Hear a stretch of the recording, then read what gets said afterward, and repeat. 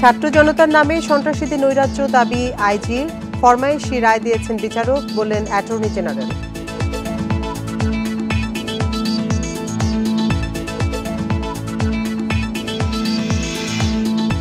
নাটোরে টিসিবির পণ্য নিতে গিয়ে মারামারিতে আহত ৫। বগুড়ায় ট্রাক থেকে পণ্য সংগ্রহ করে আবার বিক্রির অভিযোগ।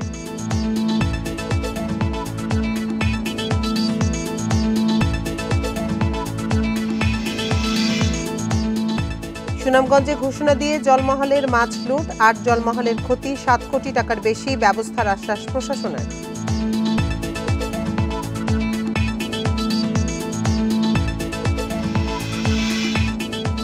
এক যুগেও শেষ হয়নি ত্বকী হত্যার বিচার, জমা হয়নি চার্জশিট, বিচার আটকে রাখে আওয়ামী লীগ, অভিযোগ স্বজনের।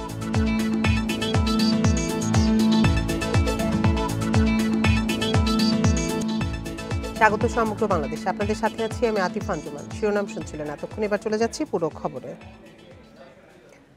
বৈষম্য বিরোধী ছাত্র জনতার নামে অনেক ক্ষেত্রেই নৈরাজ্য চালাচ্ছে সন্ত্রাসীরা, এসব শক্ত হাতে রুখে দেওয়া হবে বলে মন্তব্য করেন পুলিশের মহাপরিদর্শক বাহারুল আলম।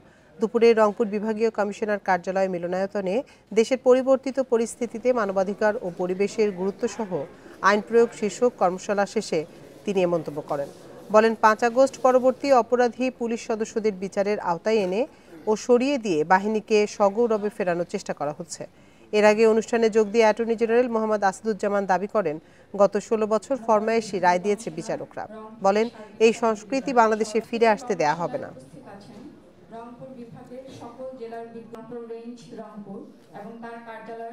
ছাত্র জনতার নাম দিয়ে অনেক অপরাধীও এই কাজটা করছে, যেটা গুলশানের বলে আমরা দেখছি। We will handle it very strictly. মানে এইভাবে তো একটা সমাজ চলতে পারে না, মানে সর্ট অফ অ্যানার্কি আসলে। So we are trying our best.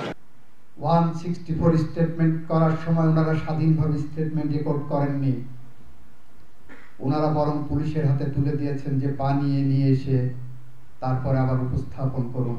Political পারসিকিউশনের শিকার রাজনৈতিক প্রতিপক্ষকে ঘায়েল করার জন্য নৈরাজ্যবাদী সরকারকে দীর্ঘমেয়াদী জীবন দেওয়ার জন্য বিচার করে সাজা দিয়েছেন।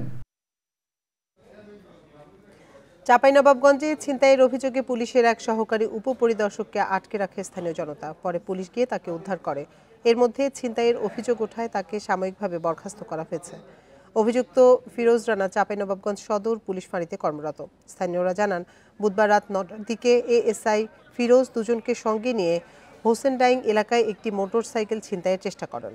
ওই মোটরসাইকেল চালক পালিয়ে এসে গ্রামের লোকজনকে জানায়। পরে স্থানীয়দের ধাওয়া খেয়ে বাকি দুজন পালালেও ফিরোজকে আটকে রাখে তারা। খবর পেয়ে থানা ও গোয়েন্দা পুলিশের সদস্যরা রাত 11:15টার দিকে তাকে উদ্ধার করে। চাঁপাইনবাবগঞ্জের অতিরিক্ত police super ANM Wasim Firoz বলেন, ফিরোজের বিরুদ্ধে ছিনতাইয়ের অভিযোগ ওঠায় তাকে সাময়িক বহিষ্কার করা হয়েছে। এছাড়া ঘটনা তদন্তের জন্য একটি তদন্ত কমিটি করা হয়েছে।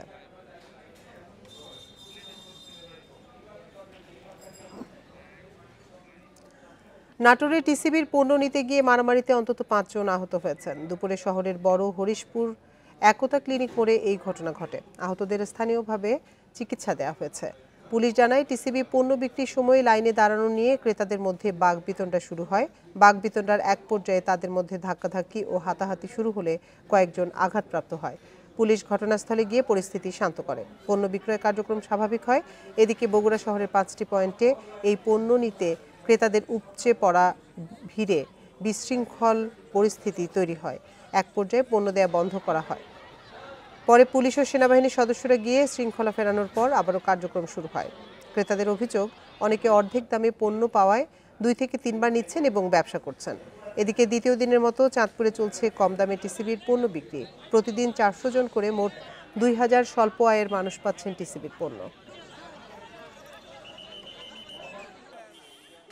সকালবেলায় মাল লিয়ে ঠেলাঠেলি করে একজনের আগে আরেকজন ঢুকে এলে মারামারি, চরম মারামারি, একজনকে ধরে কয়েকজন মিলে পিটাইছে। সকালে আমরা 12টার দিকে সবাই লাইন ধরে সুন্দরভাবে নিচ্ছিল, হঠাৎ করে ওই পুরুষ লাইনে নিজেদের মধ্যে কে আগে নিবে এটাকে ওনারা নিজেরা একটু তর্কাতর্কির এক পর্যায়ে ধাক্কাধাক্কি করাতে একজন পড়ে যায়। সামনে যাওয়া নিয়ে দুই পক্ষে মানে ছেলেরই গ্যাঞ্জাম লাগা যায়। এক প্রকারে হচ্ছে আমরা কিছুক্ষণের জন্য বন্ধ রাখি, তারপরে পরিবেশ নিয়ন্ত্রণে আসলে এখন দেওয়া শুরু করে একটু হট্টগোল, তারপর উভয় পক্ষকে যার যার মতো পাঠিয়ে দিলাম।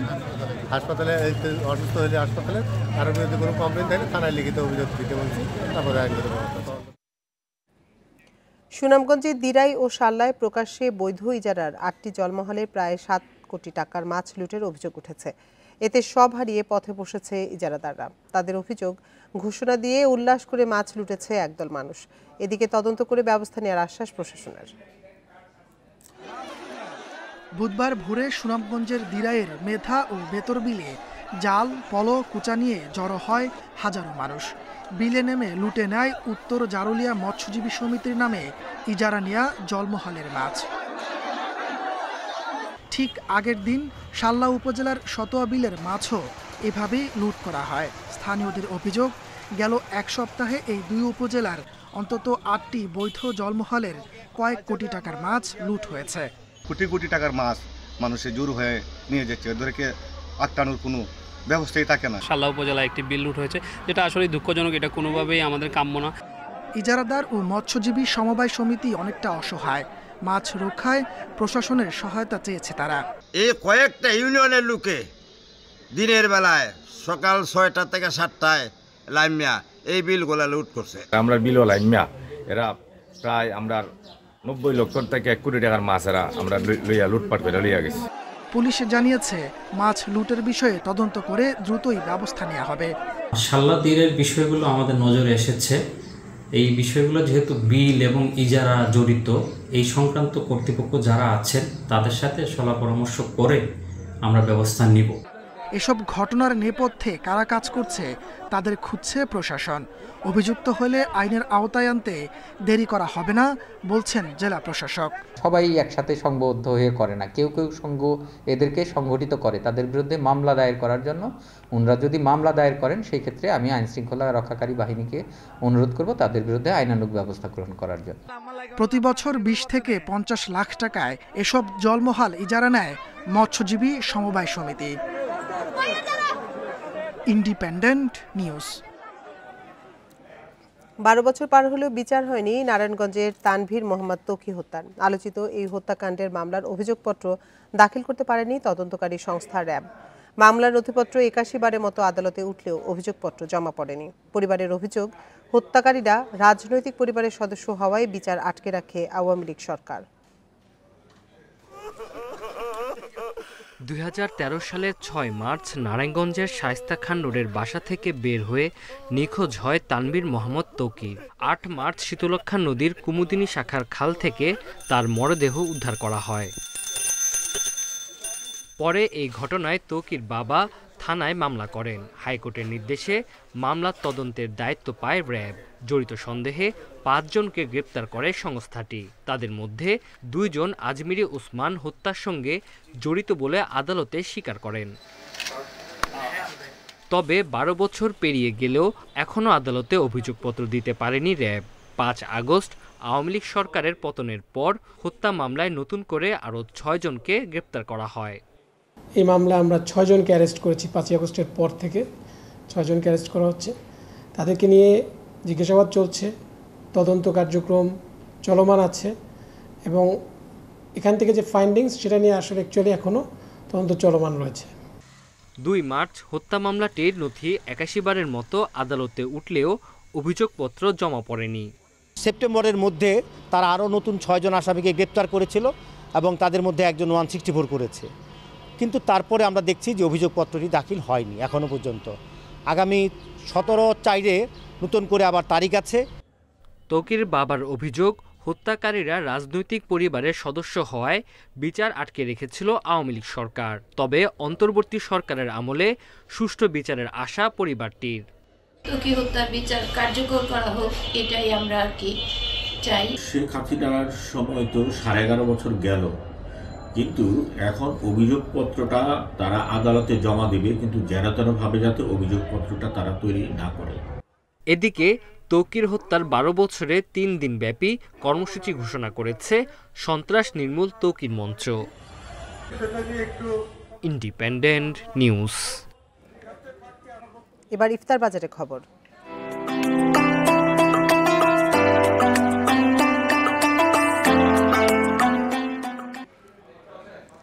রমজান উপলক্ষে ঐতিহ্যবাহী ইফতারের বাহারি পসরা সাজিয়ে বসেছেন বরিশালের ব্যবসায়ীরা। দুপুর থেকেই ভিড় জমে ওঠে নগরীর নামকরা রেস্টুরেন্ট থেকে শুরু করে ফুটপাতের দোকানে। গত কয়েক বছরের মতোই এবারও বরিশালে ইফতারের অন্যতম আকর্ষণ জামাই জিলাপি।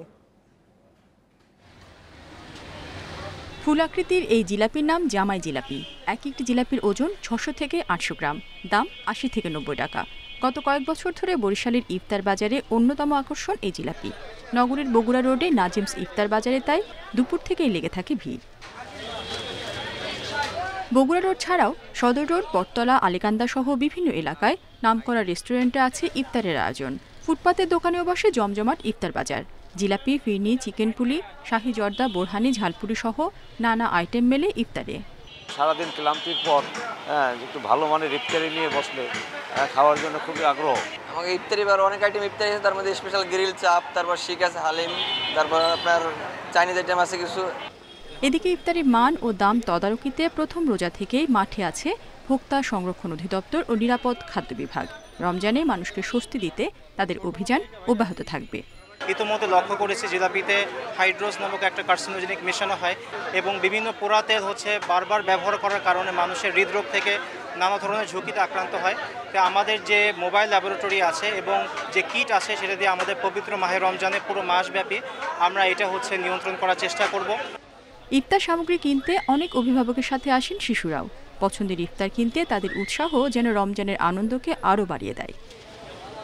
Independent news. নাটোরে কমিটি বাতিলের দাবিতে বিক্ষোভ সমাবেশ করেছে বৈষম্য বিরোধী ছাত্র আন্দোলনের পদবঞ্চিতরা। দুপুরে শহরের বড় হরিশপুর বাইপাস এলাকায় এই বিক্ষোভ কর্মসূচি পালন করা হয়। এ সময় বক্তারা বলেন, ষড়যন্ত্রের মাধ্যমে রাতের আঁধারে কমিটি গঠন করা হয়েছে। কমিটি নিয়ে কোনো ধরনের সিন্ডিকেট মেনে নেওয়া হবে না। সকলের অংশগ্রহণে কমিটি গঠনের আহ্বান তাদের। আগামী 48 ঘন্টার মধ্যে কমিটি বাতিল না করা হলে রেলপথ ও সড়ক অবরোধের হুঁশিয়ারি পদবঞ্চিতদের।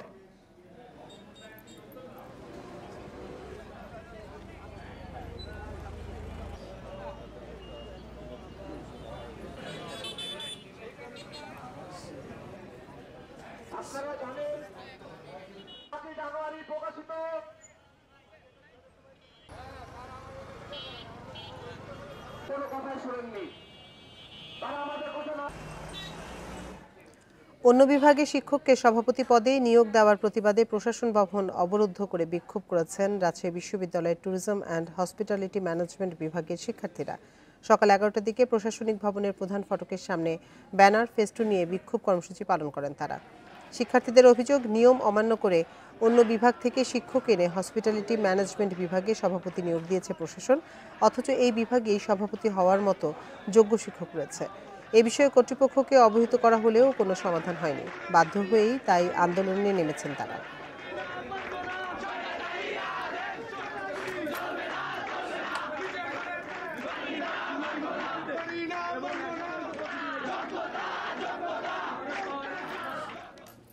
আর এই ছিল সমগ্র বাংলাদেশের আজকের আয়োজনে। ইন্ডিপেন্ডেন্ট টেলিভিশনের সব খবরের বিস্তারিত জানতে চোখ রাখুন ফেসবুক, ইউটিউব এবং এক্সে। এতক্ষণ সাথে থাকার জন্য ধন্যবাদ সবাইকে।